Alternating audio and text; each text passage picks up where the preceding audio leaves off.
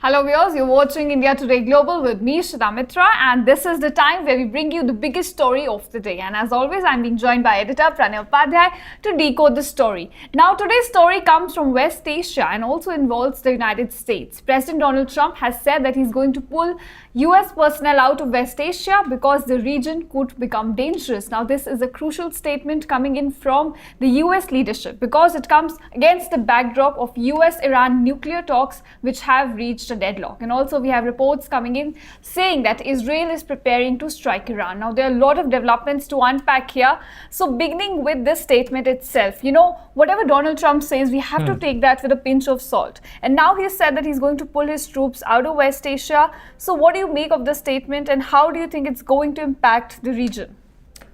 He has termed the entire region as going dangerous, Yes. and not only Trump's statement has come, but it is followed by the statements and action on part of the Department of Defense. Yes. Defense Secretary Pete Hegseth has also said the similar things, and people or personals in posted in Middle East area or at various US bases, they have been given option to send back their families, Yes. or it's like a voluntary option has been open for the personals who are posted there right now.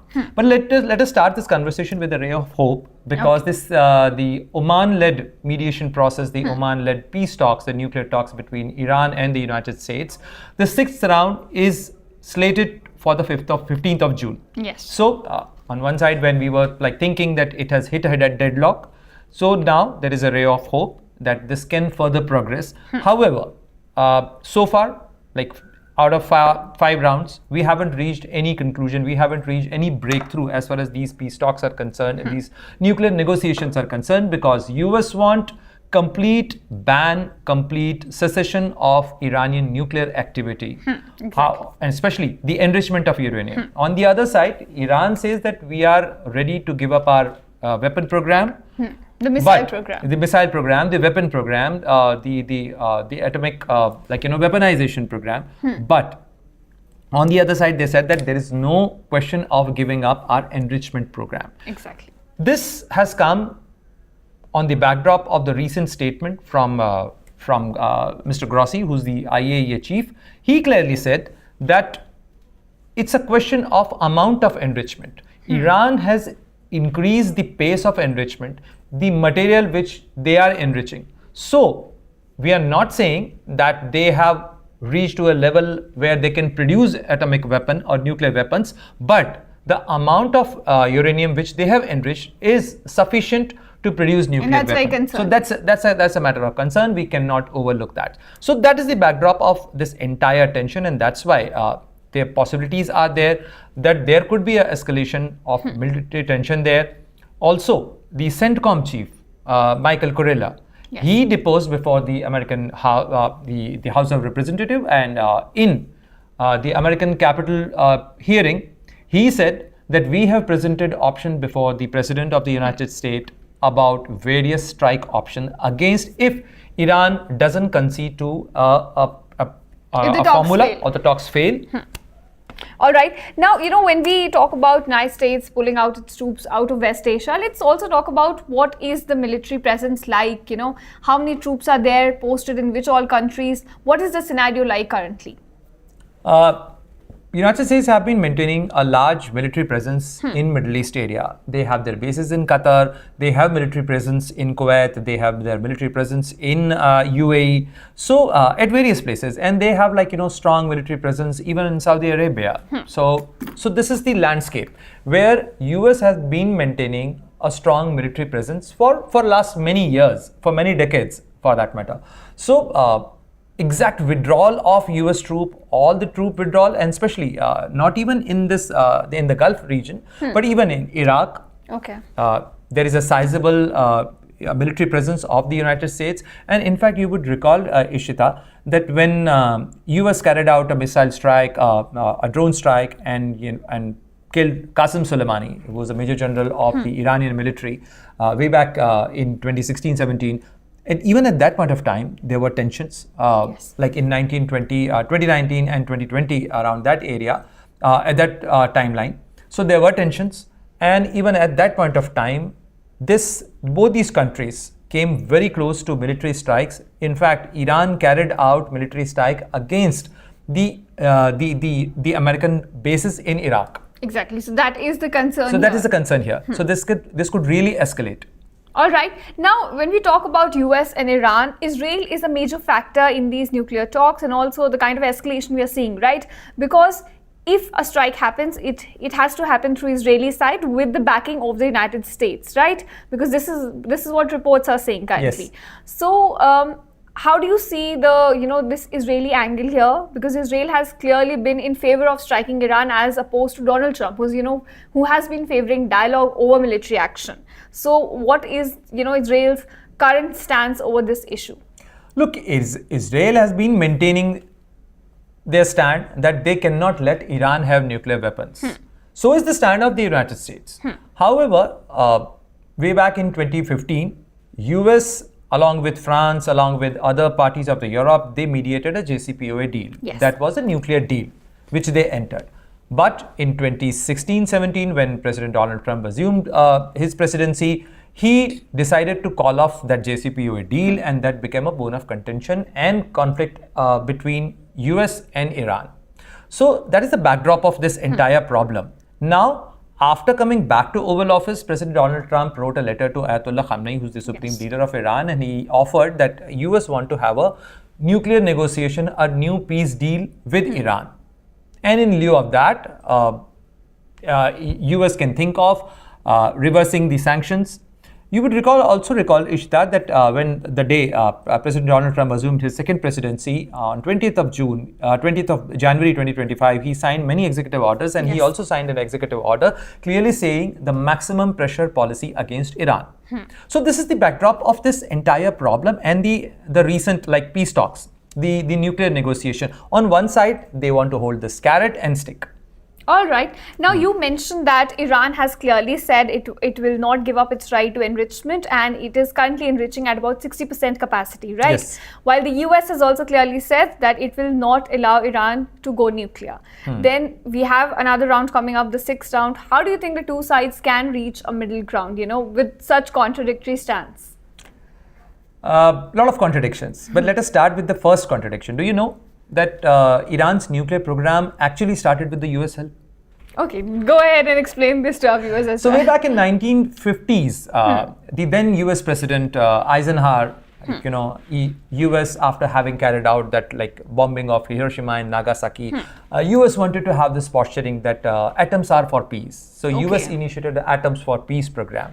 And as part of that Atoms for Peace program, they helped Iran to have nuclear capabilities. It's like, nuclear enrichment and peaceful usage of nuclear technology.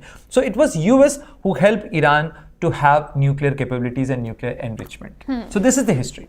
Also, there is a oil politics. So in that oil politics, Ishita, do you know that the first oil well of the Middle Eastern region was actually dug in Iran? All right, and therefore we have also seen implications on the oil Absolutely. markets as well. So whatever is happening in Iran and Iran's relation with the West has an oil angle. Yes. So for long, and if you see the oil storage or the oil, the oil available in Iran, that is around 10% of the global oil reserve. So Iran has a huge oil reserves, second to only Venezuela, Saudi Arabia and Canada. So they have the fourth largest and around 10% of the global oil reserves they have. Therefore, if Iran goes under sanctions, if Iran if Iran fails to sell their oil, then it has its own cost implication on the global market. So I think to maintain the buoyancy of the oil prices, it's in benefit of many other partner countries for the United States to have Iran under sanctions. So that's why there is a friction, there is a divide within that oil producing, that OPEC community, and deliberately. So Russia also have big oil reserves. Russia is also under sanctions. Iran has oil reserves. Iran is also under sanctions. So if these major producers of oil are under sanction, that actually has impact on the oil prices for the other producers, be it Saudi Arabia, UAE, Qatar, Kuwait, Oman, so all these countries. All right. So this is an oil angle to it. And if you go back to the history of it, where did the US-Iran relation went sour? So they went sour after the Raza Pahlavi dynasty was installed in Tehran, because after the First World War, when the First World War ended, the Khazar dynasty of Iran got weakened. Then, with the help of West and especially the British Empire, the then general of the Khazar army, Raza Pahlavi became the king of Shah of Iran. He installed he started his own Raza, Pahlavi dynasty. And thereafter, we have seen that West supported the Pahlavi dynasty. Then, in 1953, there was an elected leader. Because elected leader Mossadegh Malik was the Prime Minister of Iran, and he started the process of nationalizing the oil reserves of Iran. And that became the bone of contention between the West, the Anglo-Iranian Oil Company, the US business companies and business interests in Iran, and then there was a coup. At that point of time, before Mossadegh Malik, the Westerners were so pissed off with Raza Pahlavi that he was made to get out of Iran. He took a refuge in West, in somewhere in Europe. And thereafter, when Mossadegh Malik coup happened, then they installed son of Raza Pahlavi, Mohammad Raza Pahlavi. And thereafter, Mohammad Raza Pahlavi became so unpopular, but he was so pro-West because he was there in power, all courtesy to the Western powers, Britain, US, UK, and other Western powers. So like a puppet regime. So the puppet regime was there, and this is the backdrop of the 1979 Islamic Revolution. Yes. So this is what all happened. So after, and then that famous case of the US embassy attack in Tehran when this Islamic Revolution happened. So there is a history to it. And there were hostage crises. Yes, there was a hostage crisis, and thereafter, US has not maintained an active embassy there in Tehran. So this is the history of this entire problem. But now, coming back to the point that will US and Iran be able to strike a deal? This remains a question, and this remains a question because so far, US and Iran has been making the contradicting statement. On one side, US is making plan to strike Iran, to persuade Iran, to punish Iran. On the other side, Iran is also maintaining postures, but having Masoud Pezeshkian as president of Iran, also Syed Abbas Araghchi, they have been making rhetorical statement. But on the other side, they are also engaging with the United States. Negotiations are also going on because Iran also knows it very well that it is in Iranian interest to get sanctions lifted, to enter a deal. Even under the JCPOA deal, Iran got benefited out of it. This is what the charge levied by President Donald Trump, that Iran misused that money. Iran got that money in lieu of giving up its enrichment program, and used that money to fund Hasd al-Shabi in Iraq, Hezbollah in Lebanon, Hamas in Gaza. So the terror groups of the region. Iran has called it excess of resistance. And in fact, Iran, if you see the map from Iran to Israel, they have carved out a corridor which is called the Shia corridor. So this entire corridor, without getting in, without having any confrontation, they could reach up to the Israeli border. So this was the excess of resistance, and that was the reason why, that Iranian general, I'm forgetting his name right now. So that was the reason why Qasem Soleimani. So General Qasem Soleimani was taken out by the United States because he was the one who he was the architect of this entire excess of resistance plan. And that's why Israel sees nuclear Iran as an existential threat. Absolutely. Not only Israel, but the United States feel that a nuclear Iran will be a threat to entire region. Many other partners like UAE, Saudi Arabia, they also do not want Iran to have nuclear power. Also, Iran is signatory of NPT, Nuclear Non-Proliferation Treaty. So, being signatory to that international treaty, Iran is obliged not to go nuclear, not to have nuclear tests, and not to have a nuclear weapon. All right, because you mentioned other countries in the region, I want to understand, if a strike does happen and there is, this confrontation between the US and Iran, So what are the alliances going to look like in the region? You know, who's going to side with whom? We are yet to see that who is going to side with whom, because a lot of things have happened in recent past. Because recently, Saudi Arabia's defense minister recently visited. He had a meeting with Ayatollah Khamenei, and they apparently had good conversation. Yes. And Saudi Arabia is trying to reach out to Iran, building their relationship, and there was There a was point. given a warning to Iran to at least strike a deal with the US. Yes. But not only a warning to Iran, but it's like a new alliance, new permutation combinations are Okay. taking shape in that entire region. So we are yet to see that which country will side with whom. But currently, it's a very turbulent line. But having said that, if you see, if there is a strike, what Iran could do, where Iran has that leverage and power, and how can it impact India as well? Because not only India, many other countries will get impacted if there is a strike on Okay. Iran.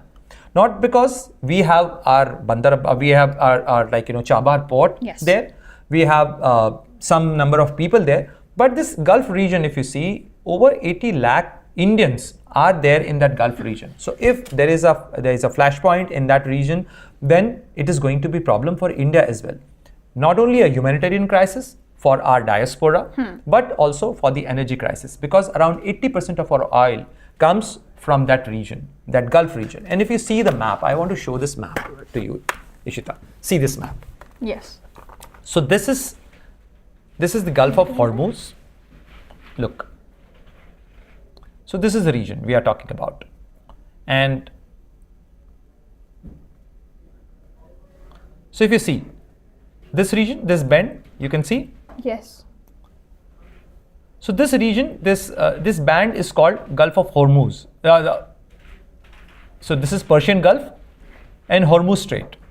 So this is the region from where most of the oil containers, oil traffic goes. And in this region, if Iran decides to strike, then it is going to be a big problem, because Iran can initiate a blockade here. So global supply chains So will global also supply be chain impacted. will get impacted if Iran decides to have a blockade. And Iran, in fact, threatened in 2017 Okay. to have a blockade here for a brief period of time, because this Bandar Abbas area and this Strait of Hormuz, this area will become a flashpoint, a choke point. And Iran has a clear leverage as far as this point is concerned. There are two small islands. If you zoom here, then you will be able to see there are two small islands in this region where Iran keeps a military presence. They keep a check on the container shipment which Okay. goes from this area, from Gulf of Oman and Gulf of Persia. So this is the point which join both these gulfs. And this Hormuz Strait, there Iran has a clear vantage point. And if way back in 2017 as well, when Iran threatened to have a blockade here, even at that point of time, US said that if there is a blockade, then we have to go for a military intervention. We are going to strike Iran. So that option is also on the that table. option is also there, and Iran time and again has threatened to have blockade if their interests are if they get hampered. All right. Now, other than that, because we have talked about implications, larger implications for the region if a strike happens. Last question. Larger implication, as I told you, from the Indian point of view. Let us start from the Indian perspective. We have linkages in this entire region. A lot of investment. Investment is there. In Iran, we have investment in UAE, we have partnership in Qatar, we have partnership in Saudi Arabia. If this entire region boils and go to another flashpoint, a military flashpoint, a conflict, and Iranian Israeli strike, or Israel assisted or US assisted Israeli strike, or direct US intervention. Many people or many analysts in US also has advised President Donald Trump administration that a direct confrontation between Iran and US is not advisable, and this will cascade the economic crisis in the region. Global economy is already facing a problem. And see, today's market charts. Market is already impacted by the statement.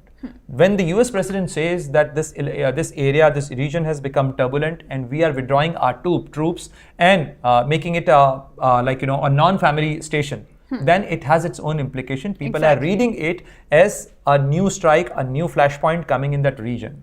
And this will have a very turbulent effect as far as the market investments are concerned. Okay. Secondly, we have a diaspora, as I told you, that around 80 lakh people, 80 lakh Indian citizens are there in that region. Be it in UAE, be it in Saudi Arabia, be it in Bahrain, be it Oman, Qatar, in that entire region. Because it is not going to get limited to Iran alone. Then Iran will also strike back. Exactly. We had similar strikes. When Iran and Israel came to a flashpoint last year, they carried out strikes against each other. April and October we saw last year. Absolutely. So this is the implication of it. Also, Iran as a military power cannot be underestimated. Iran keeps a military. Iran, though, because of the sanctions, international regulations, Iran is not being able to modernize its military. The pace it could have modernized had the sanctions not been there. But still, they have developed their own drone capabilities. They have been supplying the Shahid drones to Russia. Russia as well. So their military power cannot be underestimated. At least they can carry out strike and they can draw other countries in this conflict. So that will remain. And recently a statement came from the Iranian side threatening US that if any of these Irani military base is hit, then we are going to hit back the US bases. The US bases, yes. So that is the reason why US has decided to pull back some of its troops from, or at least some of the family station troops from that region, and especially from Iraq. All right, then a lot of implications and a lot of repercussions could happen in the region if the tensions escalate between Iran and the US. Now we have to see how the 6th round of talks goes between the two sides. So thank you so much, viewers, for tuning in. Stay tuned to India Today Global, where we simplify geopolitics for you.